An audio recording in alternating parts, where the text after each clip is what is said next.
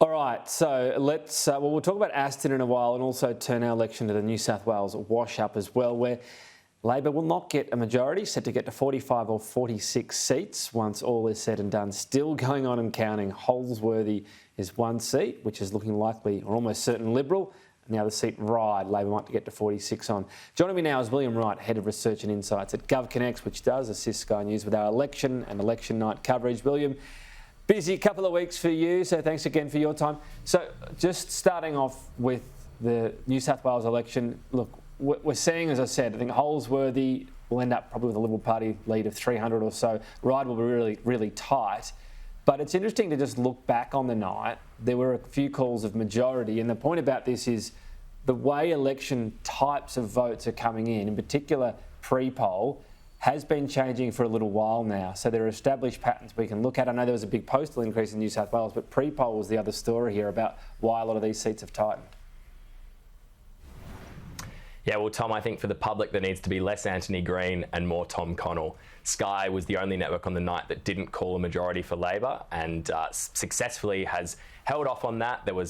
We weren't sure about it, but we did call it a minority. It looks highly likely that's what's going to happen. Of course, still 4 seats to go. Ryde, Terrigal, Holsworthy and Goulburn. Libs very likely to win in Goulburn, very likely to win in Terrigal and very likely to win in Holsworthy on absent votes. Traditionally, absent votes do help the more progressive candidates, so Labor or the Greens in this case. In Holsworthy, it's a little bit different. You've got the military base there. They seem to still favour the Conservative candidates there of One Nation.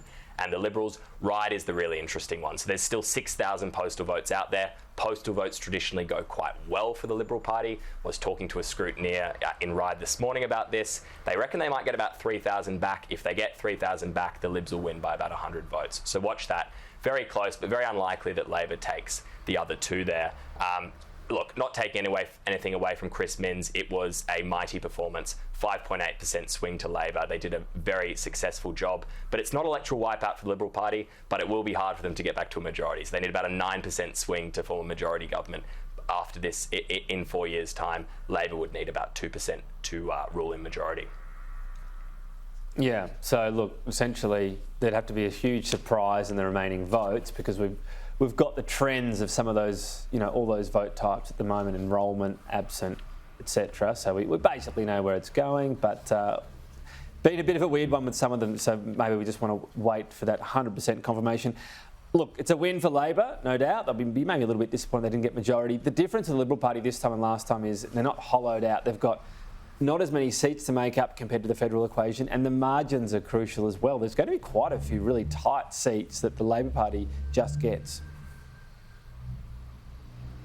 Yeah, absolutely. And we look at those Teal seats. We spoke about that a little bit on Monday. The Teals only successful in the seat of Wallandilly with Judy Hannon. That wasn't quite confirmed on Monday yet. And Michael Regan, who's a Teal-like candidate, really he is quite Teal, has an association with the Teals formally.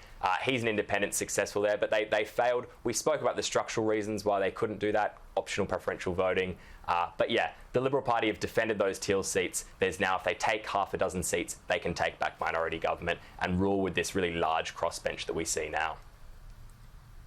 All right, now Aston, let's look at Aston. How do you think it's shaping up? There's been a little bit of polling out there that might suggest it's tough for the Liberal Party, but there's a lot of history to overcome if Labor to somehow to win this by-election. Yeah, well, there was a 7% swing against Alan Tudge there last time. I would say the Libs will hang on here just. We saw the poll that Andrew Clennell gave to you 3 days ago on your show, Tom, showing that it was about 52-48 to the Liberal Party. I've seen another internal poll from another source. It's basically very similar to that. 51.5. But it's much finer margin than the Liberals would have been hoping for. What I would say is there are a lot of demographic factors at play, which we can get into in a moment. But obviously, you've got Rashina Campbell. She's quite a prominent Melbourne barrister. She's an Indian Australian, which will be helpful on demographics, which we'll talk about in a second, and against Mary Doyle. So it's stacking up as an interesting contest. It is. Look, we might just bring that map up again. The number one thing for the Liberal Party on why they'll expect to win this, despite what you might hear in public, this is the outer suburbs. This is the sort of seat demographics-wise, mortgage belt, much higher a number of mortgagees compared to the rest of the country, that if it was somehow already red, Liberal Party would think it could win it from Labor. So to think it could lose this seat for the first time in its history would be a disaster, wouldn't it? And I'm not saying it would be a leadership change because they're not going to anyone else right now, but they'd have to have a think about their strategy. Well, absolutely. And pure demographics-wise, and there's a bit to unpack here, so I might go into it, Tom. What we saw in the federal election, what we saw in New South Wales and what we saw in the Victorian election was very similar when it came to the Liberal Party. You're seeing a few key factors. So the number one key factor was incumbency. So if you had a new Liberal MP or retiring Liberal MP, there were 10% swings against the Liberal Party there. If you had a sophomore MP, so you were going for your second term, swings were only about 2.2%, and if you had a longer serving Liberal MP, swings were only 5.6%. So that was the number one key factor in determining swings at the New South Wales state election. The second one, and I think it's the most important one, is home ownership, or if you're a renter. So homeowners vote Liberal. If you're renting, you almost certainly always vote in the progressive bunch, whether it be Green, whether it be Teal, whether it be Labor. And we do hear a lot about how millennials and Gen Zs are abandoning the Liberal Party. Perhaps it has a little bit more to do with home ownership and, getting into the home housing market becoming more unattainable for younger people. Number three factor there was education levels, so whether you've got a tertiary education degree. That was equal with whether you're a professional woman. So professional women are abandoning the Liberal Party in their droves, which is a key demographic issue. Number four is diversity, and number five is income. So higher income you are, the more likely you are to vote Labor. The lower income, the more blue collar you are, the more likely you are to vote Liberal. Yeah, and actually a really high salary ends up trending towards the Greens or a Teal as well, so that it's almost completes the circle, doesn't it? Professional women's a fascinating one because you've crunched the numbers, so that of the 20 federal seats with the highest concentration of professional women, the Liberal Party holds one of those seats. Yeah, and it's Bradfield, and it's actually 20th. So of the entire workforce, professional women make up about 14% of the workforce. Professional men make up just 11%. You look at that in an Aston context, there are actually there are about 3% more professionals. It's bang on the national average when it comes to professionals. So that won't actually hurt the Liberal Party as much. Rashina Campbell is obviously a good candidate selection. So where the demographics are going in favour in the Liberal Party when it comes to income in Aston and when it comes to things like home ownership and renting, and where it's going against them is when it comes to women, but they've kind of mitigated against that with the candidate selection.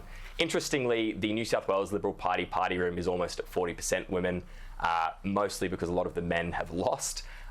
But you do see people building out. You do see quite a few impressive female candidates entering the parliament as well. So Kelly Sloan in Vaucluse, Stephanie DePasca in Drummoyne, and Natalie Ward likely to be the leader of the opposition in the upper house. And then you see people like Charlotte Mortlock, your former Sky presenter, building out things like Hilmer's Network, which aims to get more Liberal women into the parliament. And it's an existential risk for the Liberal Party. I know this is a controversial thing to say, but you have to look like the people that you expect to vote for you. So if you don't have women representing you, you are not going to win elections under a compulsory voting system. It's just as simple as that. Yeah. All right, so much going on there. We'll know soon enough, of course.